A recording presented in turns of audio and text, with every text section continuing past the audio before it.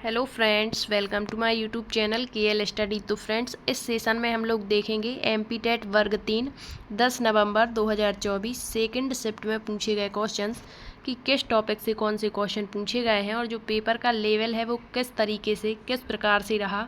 तो यहाँ पर जो पेपर का लेवल है वो तो आपका मॉडरेट ही है, ठीक है। यहाँ पर अब देखेंगे कि EVS में कौन कौन से टॉपिक्स पूछे गए हैं, क्योंकि आपने फर्स्ट शिफ्ट का यदि एनालिसिस देखा होगा तो वहाँ पर भी आपको टॉपिक्स बताए हुए थे किस किस टॉपिक को कवर किया गया और सेकंड शिफ्ट में क्या कुछ टॉपिक रहे। और ये आपको एनालिसिस देखना ज़रूरी भी है, यदि आगामी आने वाली शिफ्टों में आपका एग्ज़ाम है तो उसमें आपको हेल्प मिलेगी कि किस किस टॉपिक से क्वेश्चन पूछे जा रहे हैं, क्या यहाँ पर पैटर्न रखा गया है और यहाँ पर जो आपकी शिफ्ट है उसमें किस तरीके से क्वेश्चंस बन सकते हैं, एक आइडियाज़ यहाँ से लग जाता है। तो देखिए, सबसे पहले EVS में जैसे क्वेश्चन पूछ लिया गया, वन्य जीव सप्ताह कब मनाया जाता है, ठीक है। तो जैसे आपने देखा होगा सुबह की शिफ्ट में क्वेश्चन पूछा गया था यहाँ पर आपका एक ओजोन दिवस, ठीक है, ओजोन दिवस कब मनाया जाता है। अब यहाँ पर क्वेश्चन पूछ लिया गया है कि जो आपका वन्य जीव सप्ताह है वो कब मनाया जाता है।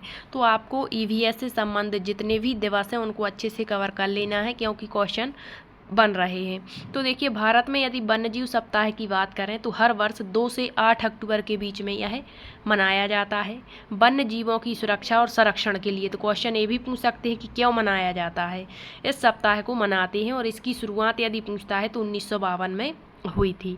नेक्स्ट क्वेश्चन ओजोन परत से पूछ लिया गया, मतलब सुबह की शिफ्ट में ओजोन दिवस पूछा गया था। यहाँ पूछ लिया कि जो ओजोन परत है वो किस मंडल में पाई जाती है। तो आपने मंडल पढ़े होंगे, ठीक है। तो जो ओजोन परत है वो समताप मंडल में पाई जाती है और यह पृथ्वी से करीबन 15 से 35 किलोमीटर की ऊंचाई पर होती है। अब जो समताप मंडल है वो क्षोभ मंडल के ऊपर और मेसोस्फीयर के नीचे होता है। ओजोन परत में ओजोन गैस की मात्रा क्या होती है, ज़्यादा होती है। ओजोन जो है वो ऑक्सीजन का ही एक रूप है, जिसे O3 से हम डिनोट करते हैं, दर्शाते हैं। ओजोन परत जो है वह सूर्य से आने वाली परावैंगनी किरणों से पृथ्वी और हमारे जीव जंतुओं की रक्षा करती है। ओजोन परत की खोज यदि पूछता है तो साल 1913 में फ्रांस के भौतिकविदों या भौतिकविद फेवरी चार्ल्स और हेनरी बुसन ने की थी। ओजोन परत के क्षरण से मानव स्वास्थ्य और पर्यावरण पर गंभीर असर पड़ता है। अब वायुयान से निकलने वाले जो नाइट्रोजन ऑक्साइड है या एयर कंडीशनर हैं, वातानुकूलक हैं, या आपके जो फ्रिज वगैरह होते हैं, और प्रोपेलेट से निकलने वाले क्लोरोफ्लोरोकार्बन ओजोन के लिए बहुत ही क्या है यहाँ पर खतरा है, ठीक है। मतलब इनसे ही आपकी ओजोन गैस निकलती है, ठीक है। तो ये यहाँ पर आगे क्वेश्चन बन सकते हैं। अब नेक्स्ट जो टॉपिक रहा वो आपकी यदि बात करें अंतरिक्ष, तो अंतरिक्ष से हर बार क्वेश्चन बन रहे हैं। फर्स्ट शिफ्ट में भी आपके 2 से 3 क्वेश्चन पूछे गए और इस शिफ्ट में भी आपके 2 से 3 क्वेश्चन पूछे गए। अब क्वेश्चन कहाँ से पूछे, तो एक तो यहाँ पर आपका जो अंतरिक्ष में है, यहाँ पर अंतरिक्ष में यान से क्वेश्चन पूछा गया है, ठीक है। अंतरिक्ष यान, जैसे सुबह की शिफ्ट में चंद्रयान सेकंड से क्वेश्चन बना था, तो इसमें भी क्वेश्चन यान से भी बना है। इसके अलावा जो क्रायोजेनिक इंजन होता है, जिसे हमने चंद्रयान सेकंड में पढ़ा था, जो आपका क्रायोजेनिक इंजन होता है GSLV जो सैटेलाइट है, तो इसमें यूज करके मतलब जो यान भेजे जाते हैं। तो ये क्वेश्चन बने हुए हैं, सौरमंडल से क्वेश्चन पूछे गए, प्रोटीन से क्वेश्चन पूछा गया है, ठीक है। तो आपको भोजन के जो अवयव हैं, कार्बोहाइड्रेट, प्रोटीन, वसा, विटामिन, इनको पढ़ना है। जैव विविधता से क्वेश्चन बने ही है। परमाणु परीक्षण जो पोखरण में हुआ था, परमाणु ऊर्जा से भी क्वेश्चन पूछे गए हैं। क्रायोजेनिक इंजन बता दिया। अग्नि मिसाइल से क्वेश्चन बना हुआ है। तो लगभग यहाँ ब्रह्मांड वाला जो टॉपिक है वहाँ से क्वेश्चन बन रहे हैं। बीमारी से संबंधित क्वेश्चन भी पूछे गए और सुबह की शिफ्ट में भी पूछा गया था सौरमंडल से क्वेश्चन। तो ये टॉपिक जो है आपके EVS के हैं, जिससे क्वेश्चन बने हुए हैं।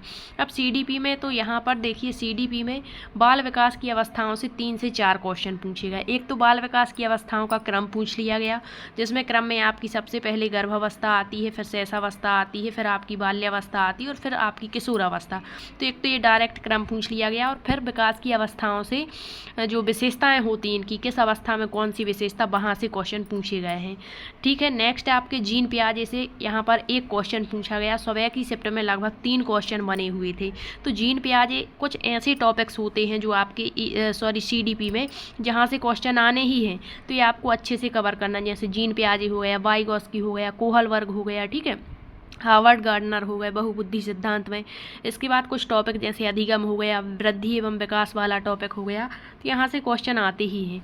व्यक्तित्व से भी आपकी पर्सनालिटी से क्वेश्चन पूछा गया। समावेशी शिक्षा में आपके जो बालक होते हैं प्रतिभाशाली बालक या इस तरीके से जो विशिष्ट बालक होते हैं उनसे क्वेश्चन बना। गेट्स की कोटेशन पूछी गई है, ठीक है। जो गेट्स महोदय हैं जिन्होंने अधिगम पर कार्य किया, तो इनकी कोटेशन मतलब परिभाषा दी गई थी और बताना था ये किसकी है।